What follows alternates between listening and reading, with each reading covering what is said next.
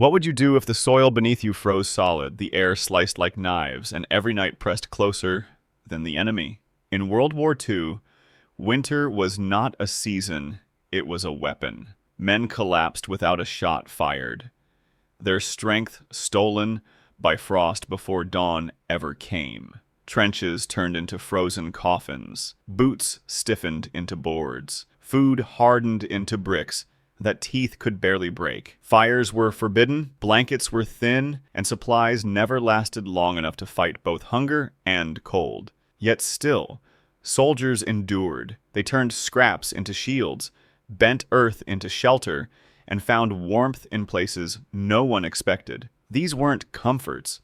They were codes of survival, carved out of desperation and remembered only by those who refused to fall. Would you endure a single night in such a world? Or would the frost claim you before the battle even began? If you believe knowledge like this should never be forgotten, if you want to carry the same resilience that once kept soldiers alive through the harshest nights, then subscribe now and stand among those who choose preparation over comfort.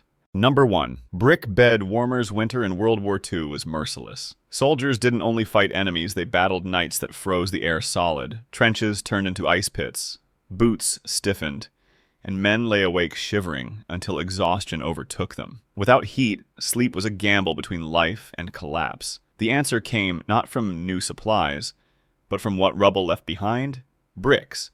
Scattered through bombed towns and broken walls, these chunks of earth became tools for survival. Soldiers discovered that bricks could trap heat. When placed near a fire or stove during the day, they absorbed warmth like sponges. At night, wrapped in rags or cloth, they released that stored heat slowly. The process was simple. Bricks were heated while meals cooked or while units stopped briefly in safer ground.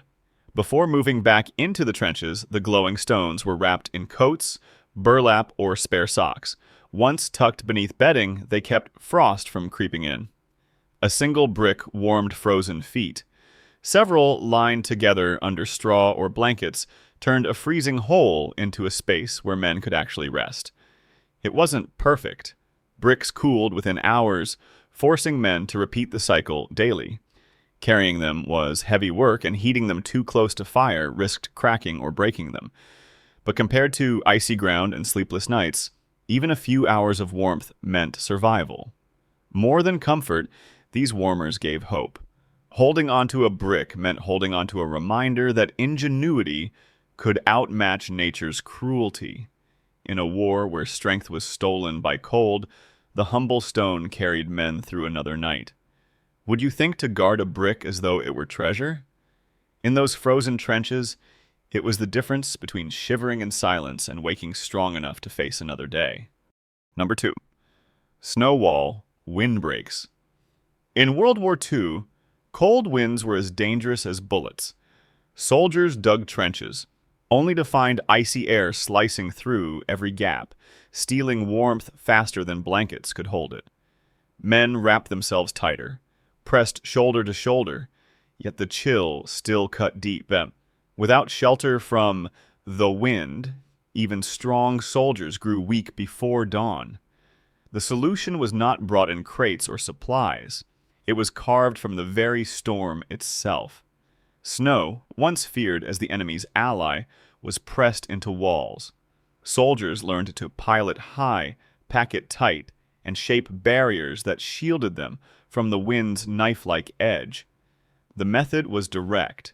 Men scooped snow with helmets, shovels, or even bare hands, stacking it into thick walls around their dugouts. The snow was pressed until it hardened, forming a dense shield that no gust could break.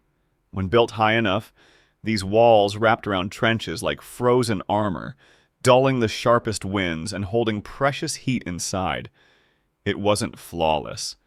A sudden thaw turned walls into dripping slush. Artillery shattered them in seconds. Building them required energy that exhausted already weary men. Yet for those who endured the task, the reward was immediate: quieter air, warmer ground, and a chance to breathe without shaking. Inside these makeshift barricades, candles burned steadier.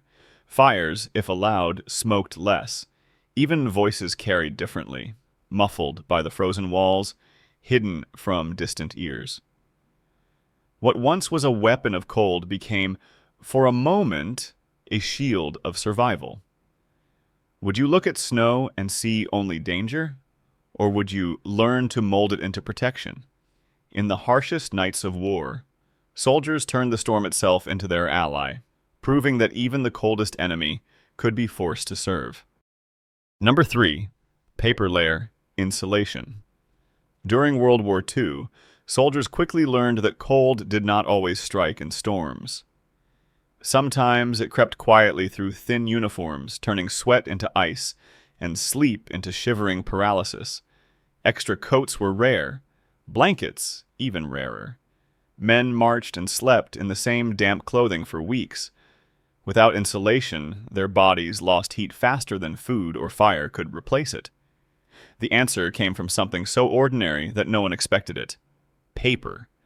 Newspapers, pamphlets, even discarded letters became weapons against the cold. Crumpled, folded, or layered, paper trapped air between its sheets, creating pockets of insulation where fabric alone could not. Soldiers discovered that the same pages used for news or orders could be tucked under clothing to save their lives. The method was straightforward. Sheets of paper were pressed flat against the chest, wrapped around legs, or stuffed into boots. Others crumpled the sheets slightly before layering them, creating air gaps that held warmth longer. Even a thin newspaper worn beneath a shirt could make the difference between numb skin and steady circulation. The rustle was annoying, but the heat was real. This improvised insulation had limits. Once soaked, paper lost strength and became heavy, clinging uncomfortably until it tore apart. Movement wore it down, forcing men to replace or reposition the sheets daily. And while it delayed frostbite, it never truly stopped it. But in trenches, on patrols, and during freezing nights, it bought time. And time was survival. Paper insulation carried a quiet symbolism. Soldiers held newsprint close not for the words it carried, but for the warmth it gave. In a world stripped to the bone, even scraps of paper offered protection against the cold's silent advance. Would you think to shield yourself with something as fragile as paper? For soldiers in frozen fields, these thin sheets were not disposable. They were armor against the night. Number 4. Leaf-stuffed bedding. In World War II, exhaustion was constant, but rest was nearly impossible. Trenches filled with water, ground froze solid, and soldiers often lay directly on earth that stole heat faster than fire could give it back. A night spent on cold soil left men stiff, numb, and weaker by morning. Without proper bedding, sleep itself became dangerous. The solution came from nature's simplest resource: leaves. Dry foliage, collected from forests or scattered hedgerows, was gathered and packed into sacks, coats, or even underblankets. When layered thick enough, leaves created a barrier between body and ground, trapping air and keeping warmth from draining away. The method required patience. Soldiers searched for the driest leaves, brushing off damp ones that would rot or freeze. Bundles were stuffed into cloth bags, spread under sleeping areas, or even sewn into the linings of greatcoats. Crumpled leaves worked best. Their uneven edges created pockets of air that held heat longer than flat layers could. In makeshift dugouts, entire floors were covered in foliage before men lay down, turning a freezing pit into something close to a bed. But it was never perfect. Leaves broke down quickly, needing replacement after only a few nights. Moisture ruined them instantly, and gathering enough often meant venturing into exposed areas at risk of being seen. The bedding was noisy too. Every movement filled the dark with rustles. Yet, compared to shivering against frozen ground, even flawed insulation was worth the effort. This trick carried more than warmth. It reminded men that survival could be pulled from the simplest scraps. Fallen leaves, overlooked by most, became shields against cold nights that threatened to erase them. Would you see a pile of dry leaves as trash? Or would you recognize them as the difference between waking with strength or never rising at all? In war, even the forest floor became a lifeline. Number 5. Cooking pot, steam, heat-frozen shelters stole strength long before combat began. Dugouts dripped with frost, trenches stiffened with ice, and men shook uncontrollably as the hours dragged on. Fires were dangerous, their smoke easy to spot, yet without warmth, nights became silent battles of endurance. Relief appeared in the simplest tool, the cooking pot. Normally meant for rations, it became an improvised heater. When filled with water and placed over hidden embers, it produced steady clouds of steam.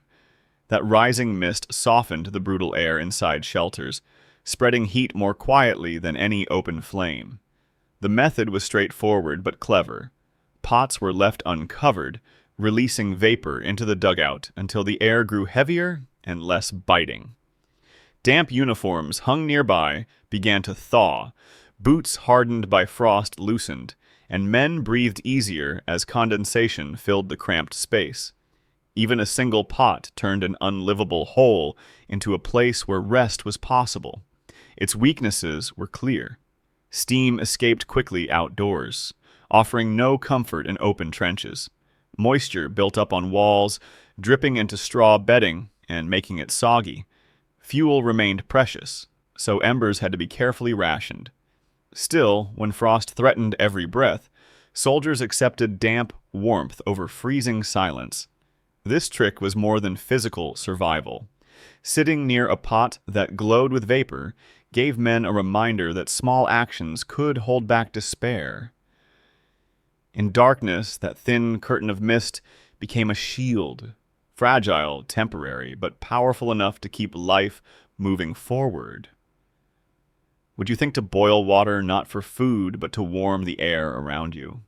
For those who faced nights of endless frost, even steam rising from a dented pot was proof that survival could be carved from the simplest things.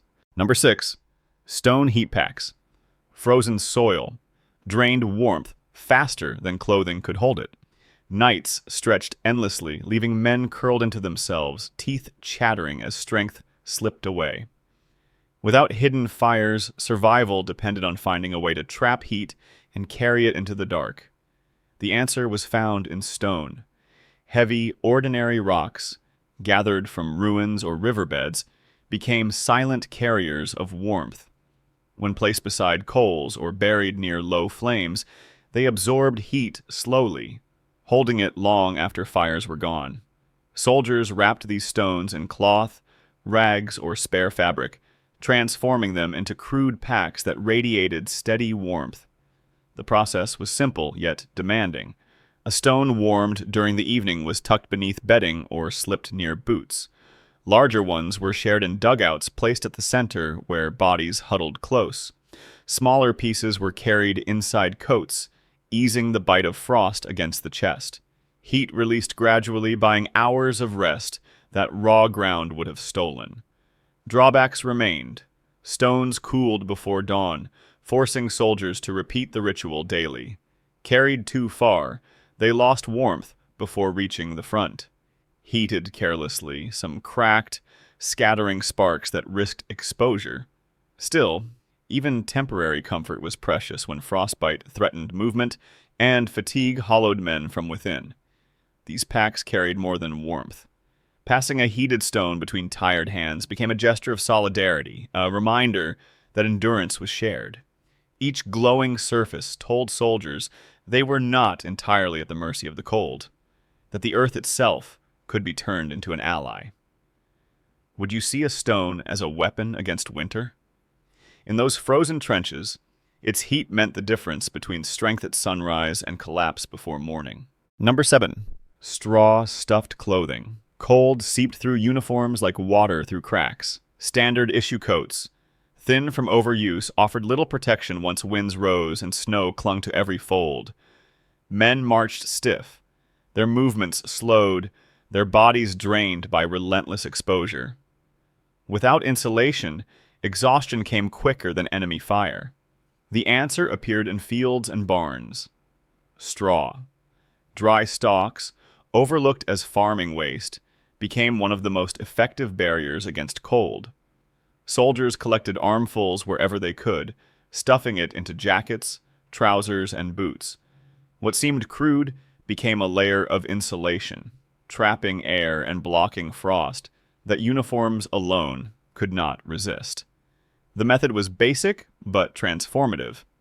Coats were loosened, straw packed inside until the fabric bulged. Boots were lined with stalks to keep feet dry, while bedrolls gained bulk from extra handfuls. Even helmets were sometimes padded, the stalks softening metal chilled by winter air. The material crackled with every movement, but the warmth it provided outweighed the noise. It wasn't flawless. Dampness ruined the stalks, turning them into soggy clumps that sapped heat instead of holding it. Constant refilling was necessary as straw broke down quickly. The bulk made movement awkward, slowing marches and reducing comfort. Yet despite flaws, the extra insulation often meant the difference between numb exhaustion and strength to continue. This trick carried symbolism. What once fed animals or lined barns now kept men alive against weather that destroyed armies. In the silence of frozen nights, soldiers slept wrapped, not in luxury but in fields harvested long before war began. Would you think to pad your clothing with dry straw if cold threatened to break you? For those men, it was not invention. It was endurance made from the simplest resource at hand. Number 8. Wool sock hand covers frozen air punished exposed skin instantly. Fingers stiffened within minutes, rifles slipped from numb hands, and frost crept in until soldiers could no longer hold a weapon. Proper gloves were scarce, often lost, torn, or never delivered. Without protection, even simple tasks became impossible. The solution was improvised from the most basic clothing: socks. Wool carried two advantages. It trapped heat even when damp, and it stretched easily to cover more than feet. Soldiers slid old socks over their hands, pulling them high up the wrist like mittens. When cut open at the tips, they allowed fingers to grip equipment while still preserving warmth. The method required little effort. Spare socks were carried close to the body, tucked under shirts to stay dry. When gloves wore out, those socks were pulled over frozen hands. Some doubled layers, placing one sock whole and another cut to fit over it. Others tied scraps of cloth at the wrist to keep makeshift mittens secure. The rough wool scratched, but the insulation slowed frostbite and restored enough circulation to keep hands functional. Weaknesses remained. Wet socks lost strength quickly, freezing stiff in open air. Wool frayed when used too long, leaving holes that exposed skin again. And while better than nothing, they never matched proper gloves. Still, in conditions where men could not wait for resupply, this simple trick bought time. These sock covers symbolize survival through resourcefulness. Ordinary items, stretched beyond their original use, kept soldiers alive when supplies failed. A humble pair of socks, repurposed in desperation, often became the barrier between enduring the cold or losing hands to it. Would you look at old socks as useless? For them, those scraps of wool were the difference between holding on or letting go. Number 9. Ash-covered embers nights stretched endlessly, and cold drained strength faster than hunger. Fires gave warmth, but flames betrayed positions. Smoke rose like signals, and soldiers knew a single spark could reveal them. Yet without heat, sleep was broken by shivering, and frost crept deeper into every limb. The answer was hidden in the fire itself. After flames died, the glowing embers beneath were buried under thick layers of ash. This cover dulled their light, smothered smoke, and preserved heat quietly for hours. Soldiers could return later, brush aside the ash, and find a core still alive, ready to ignite new fuel without striking fresh sparks. The method was deceptively simple. Once meals were cooked and light was no longer safe, men used sticks or shovels to spread embers thin, then covered them completely. The ash insulated heat, slowing its escape while disguising its glow. In the morning, dry twigs or grass placed on the hidden coals burst back into flame within seconds. It was not flawless. Too much ash suffocated the embers completely. Rain soaked the cover, cooling it too fast, and careless handling risked burns when men dug too quickly with bare hands. Still, compared to starting from nothing in freezing conditions, this trick saved both time and energy. These hidden fires meant more than warmth. They symbolized endurance, carrying yesterday's heat into the next day. In a war where survival often hinged on small reserves, the quiet glow beneath ash became a reminder that strength could be preserved, even when flames had vanished. Would you think to bury fire beneath its own ashes? For those soldiers, it was not just a trick. It was a silent promise of warmth waiting to be uncovered. Cold, hunger, and exhaustion tested soldiers in ways few can imagine today. They did not have endless supplies, modern gear, or the comfort of certainty.